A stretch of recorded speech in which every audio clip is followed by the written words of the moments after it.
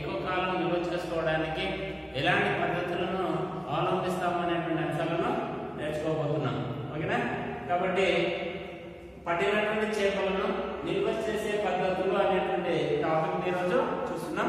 అయితే మనము చేపలను పట్టిన తర్వాత మనకు కావాల్సినటువంటి అవసరాల నిమిత్తము చేపలను ఏ విధంగా నిల్వ చేయాలి, ఎలాంటి పద్ధతులను ఉపయోగించాలి అనేటువంటి అంశాలను చూసినట్లయితే మనము చేపలు పట్టినటువంటి 8 గంటల లోపల శాస్త్రీయ పద్ధతిలో వాటిని నిల్వ చేయడం అనేటువంటిది జరగాలి. ఒకవేళ అలాంటి పరిస్థితి కనుక లేకపోతే అవి విచ్ఛిన్నమైపోవడం కానీ కుళ్ళిపోవడం కానీ మనము మన ఆహారానికి పనికిరానట్టుగా మారడం అనేటువంటిది జరుగుతుంది. కాబట్టి మనం 8 గంటల వాటిని నిల్వ చేయాలంటే పట్టి నుండి 8 గంటల లోపల వాటిని శాస్త్రీయ పద్ధతి లోపల మనము నిల్వ చేయడం అనేటువంటిది జరగాలి. అలాగే కనుక చదివినట్లయితే అవి బ్యాక్టీరియాలు కానీ సూక్ష్మజీవులు కానీ వాటి వల్ల అవి విచ్ఛిన్నం కావడం అనేటువంటిది జరుగుతుంది. అదేవిధంగా మనకు 0 డిగ్రీ సెంటీగ్రేడ్ నుండి 4 డిగ్రీ సెంటీగ్రేడ్ వద్ద వాటిలో ఉండేటువంటి సూక్ష్మజీవులు కానీ వాటిలో ఉండేటువంటి ఎంజైమ్స్ కానీ క్రియాశీలతను కోల్పోవడం అనేటువంటిది జరుగుతుంది. 0 డిగ్రీ సెంటీగ్రేడ్ నుండి 4 డిగ్రీ సెంటీగ్రేడ్ వద్ద మనకు జీవులు అనేటువంటివి సూక్ష్మజీవులు కానీ ఎంజైమ్లు కానీ వాటి యొక్క క్రియాశీలత అనేటువంటిది కోల్పోతాయి. కాబట్టి ఆ విధంగా వాటిని నిల్వ చేయడం అనేటువంటిది జరగాలి. ముఖ్యంగా మనకు ఈ చేపలను నిల్వ చేయడం లోపల మనకు 4 పద్ధతులు అనేటువంటివి ఉన్నాయి. ఆ 4 పద్ధతుల్లో శిథిలీకరణం అనేటువంటిది ఒకటి, ఎండబెట్టుట అనేటువంటిది రెండవది, అదేవిధంగా డబ్బాలలో భద్రపరచడం అనేటువంటిది, అదేవిధంగా లవణీకరణ, అదేవిధంగా పొగబట్టుట అనేటువంటి 5 అంశాలను మనము చూసినట్లయితే ఫస్ట్ శిథిలీకరణము అనేటువంటిది జరగాలి. నిజంగా మనకు ఇళ్లలో చూస్తున్నాం, ఎక్కువ రోజులు ఆహార పదార్థం నిల్వ ఉండడానికి జనరల్ గా మనము రిఫ్రిజిరేటర్ వాడడం అనేటువంటి జరుగుతుంది. ఈ రిఫ్రిజిరేటర్ అనేటువంటిది తక్కువ సమయానికి మాత్రమే వాడడానికి పనికొస్తుంది. లేదా మనకు ఈ జలచర జీవులు అనేటువంటి ఎక్కువ మొత్తంలో ఉంటాయి కాబట్టి చల్లని గదులను ఉపయోగించడం అనేటువంటిది జరుగుతుంది. కాబట్టి ఈ శిథిలీకరణం అనేటువంటి పద్ధతి లోపల 0 డిగ్రీ సెంటీగ్రేడ్ వద్ద మనము పట్టినటువంటి చేపలు ఏవైతే ఉన్నాయో వాటిని నిల్వ చేయడం అనేటువంటిది జరుగుతుంది. అయితే వీటిని ఎన్ని రోజులు నిల్వ చేయాలనేటువంటి అంశాలను చూసినట్లయితే ఈ రిఫ్రిజిరేటర్ లోపల మనకు ఎన్ని రోజులకు లేదా చల్లని గదుల లోపల ఎన్ని రోజులు మనము ఈ చేపలను నిల్వ చేయాలి అంటే మనం ఒక వారం కనుక నిల్వ చేయాలనేటువంటి భావన ఉంటే 0 డిగ్రీ సెంటీగ్రేడ్ వద్ద, అదేవిధంగా 1 నెల నిల్వ చేయాలనేటువంటి ఆలోచన ఉంటే మనము 1 డిగ్రీ సెంటీగ్రేడ్ వద్ద, అదేవిధంగా 4 నెలలు కనుక నిల్వ చేయాలనుకుంటే 20 డిగ్రీ సెంటీగ్రేడ్ వద్ద, అదేవిధంగా 8 నెలలు కనుక నిల్వ చేస్తే మనకు 30 డిగ్రీ సెంటీగ్రేడ్ వద్ద నిల్వ చేయడం అనేటువంటి జరగాలి. ఈ విధంగా నిల్వ చేస్తే అయితే నిల్వ చేయడం లోపల మనము వాటి యొక్క వాజాలను కానీ తోక భాగాలు కానీ తలపాలను కానీ లోపల అంతరంగ భాగాలన్నింటినీ తీసిన తర్వాత నిల్వ చేయడం అనేటువంటి జరగాలి. లేకపోతే అవి వాటిలో ఉండేటువంటి ఎంజైమ్స్ కనుక విచ్ఛిన్నమై వాటిని చెడగొట్టడం అనేటువంటిది జరుగుతుంది. కాబట్టి దీనిని తీసేయాలి, దాని యొక్క తలను తీయాలి, సైడ్ లో ఉండేటువంటి వాజాలను తీయాలి, చివరిలో ఉండేటువంటి తోక భాగాలు, అదేవిధంగా ఉదర భాగంలో ఉండేటువంటి ఉదర భాగాన్ని కోసి దాంట్లో ఉండేటువంటి అంతరంగ భాగాలు ఏవైతే ఉన్నాయో వాటన్నింటినీ తీసివేసి మనం నిల్వ చేయడం అనేటువంటిది జరగాలి. కాబట్టి శిథిలీకరణం లోపల 0 డిగ్రీ సెంటీగ్రేడ్ వద్ద రిఫ్రిజిరేటర్ లోపల లేదా చల్లని గదుల లోపల నిల్వ చేయడం అనేటువంటిది జరగాలి. మనం ఒక వారం నిల్వ చేయాలనుకుంటే 0 డిగ్రీ సెంటీగ్రేడ్, 1 నెల నిల్వ చేయాలనుకుంటే 1 డిగ్రీ సెంటీగ్రేడ్, 4 నెలలు కనుక నిల్వ చేయాలనుకుంటే మనము 20 డిగ్రీ సెంటీగ్రేడ్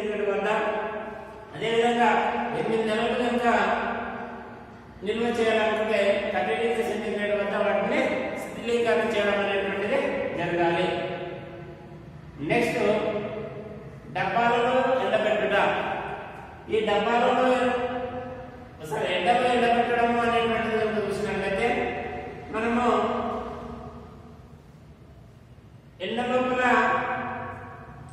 మనం తీసుకున్నటువంటి చేపలు ఏవైతే ఉన్నాయో మనం ఎటువంటి తీయాలనుకున్నాం, తల, తోకలు, వాజాలు, అంతరంగ భాగాలను తీసిన తర్వాత మనం వాటిని ఎండలో సూర్యరశ్మి ప్రాంతం లోపల సూర్యరశ్మి బాగా తగిలేటట్టుగా మనము వాటిని ఎండబెట్టడం అనేటువంటిది జరుగుతుంది.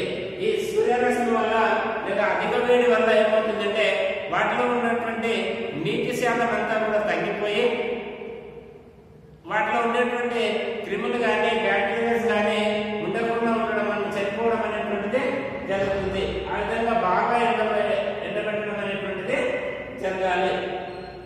ఇది ఎండబెట్టడం అంటే వాటిలో ఉన్నటువంటి అంతరంగ భాగాలను తీసి జీవిని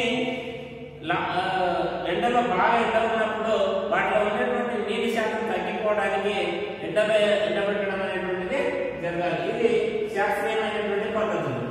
నెక్స్ట్ డబ్బాలలో భద్రపరచాలి. తోడని ఏంటంటే డబ్బాలను ఏ విధంగా భద్రపరుస్తాం అయితే అంతకుముందు మనము ఎండబెట్టినటువంటి ఏవైతే ఉన్నాయో వాటన్నింటినీ మనము డబ్బాల్లోకి తీసుకోవడం అనేటువంటిది జరుగుతుంది. అయితే ఈ డబ్బాల్లో ఏమవుతుందంటే వాయువు అనేటువంటిది ఉండదు, లేదా డబ్బాని వాయురహితంగా ఉంచడం అనేటువంటిది జరగాలి.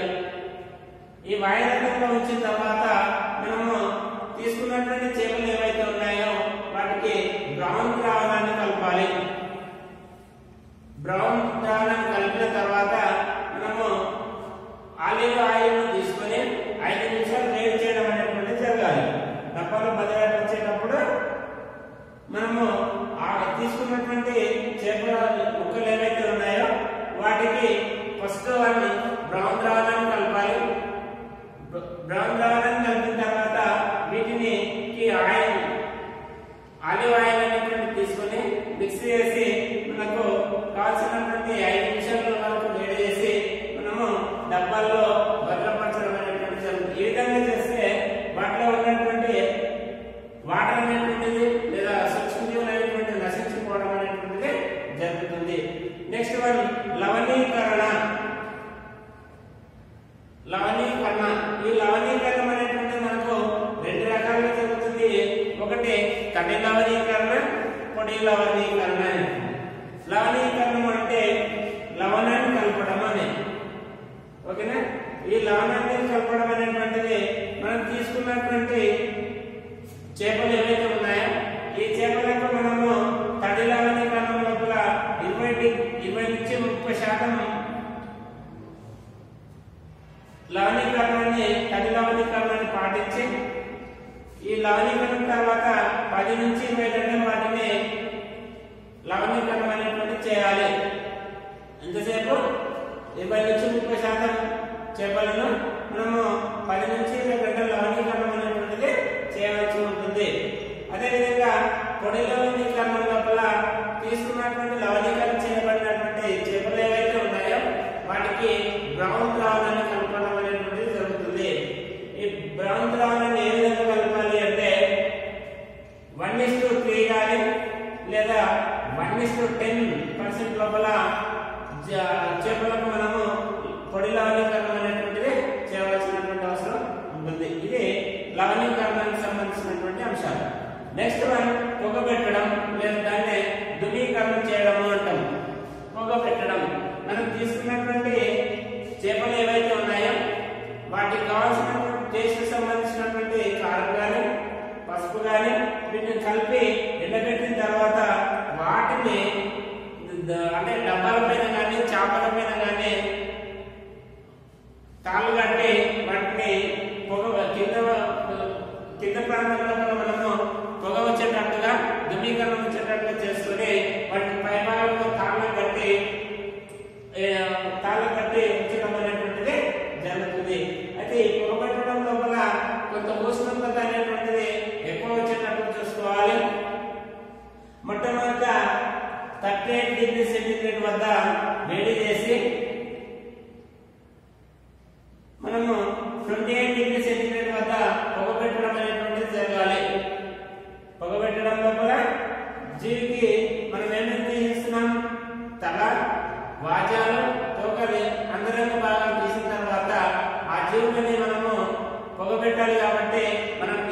స్థలం లోపల అయితే పొగబెట్టాలనుకున్నామో ఆ స్థలం లోపల తాళ్ళను కట్టి తాళ్ళకు వేలాడించడం అనేటువంటిది జరగాలి.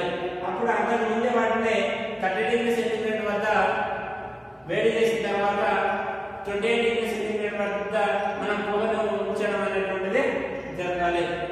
అదేవిధంగా పొడి ప్రాంతంలో కనుక అయితే 130 డిగ్రీ సెంటీగ్రేడ్ ఉష్ణోగ్రత వద్ద వేడి చేసి 40 డిగ్రీ సెంటీగ్రేడ్ వద్ద వాటిని పొగపట్టడం అనేటువంటిది జరగాలి. కాబట్టి ఈ శాస్త్రీయ విధానాల ద్వారా కనుక పాటించినట్లయితే మనము ఎక్కువ రోజులు చేపలను నిల్వ చేయడం అనేటువంటిది జరుగుతుంది. కాబట్టి మొట్టమొదటిగా మనము చేపలను పట్టిన తర్వాత 8 గంటల లోపు మనము శాస్త్రీయ పద్ధతులను వాడి లేదా అవలంబించి వాటిని ఎక్కువ రోజులు మనం నిల్వ చేయడం అనేటువంటిది జరుగుతుంది. ఒకవేళ బ్యాక్టీరియాలు కానీ సూక్ష్మజీవుల యొక్క చర్యలు విచ్ఛిన్నం చెందడం వల్ల జీవి అనేటువంటిది చనిపోతుంది ఎప్పుడు నిల్వ చేయని పక్షంలో. అదేవిధంగా 0 డిగ్రీ సెంటీగ్రేడ్ నుండి 4 డిగ్రీ సెంటీగ్రేడ్ వద్ద మనం ఉష్ణోగ్రతను ఉంచినట్లయితే అవి సూక్ష్మజీవులు కానీ అదేవిధంగా ఇంజన్స్ కానీ వాటి యొక్క క్రియాశీలతను కోల్పోవడం అనేటువంటిది జరుగుతుంది. కాబట్టి మనం చేపలు నిల్వ చేసే పద్ధతిలో 5 రకాలు ఉన్నాయి. ఫస్ట్ వన్ మనకు శిథిలీకరణం, రెండవది ఎండబెట్టుట, మూడవది డబ్బాలలో భద్రపరచడం, లవణీకరణం, అదేవిధంగా పొగబట్టడం అనేటువంటి శాస్త్రీయ పద్ధతుల ద్వారా మనం ఎక్కువ రోజుల్లో చేపలను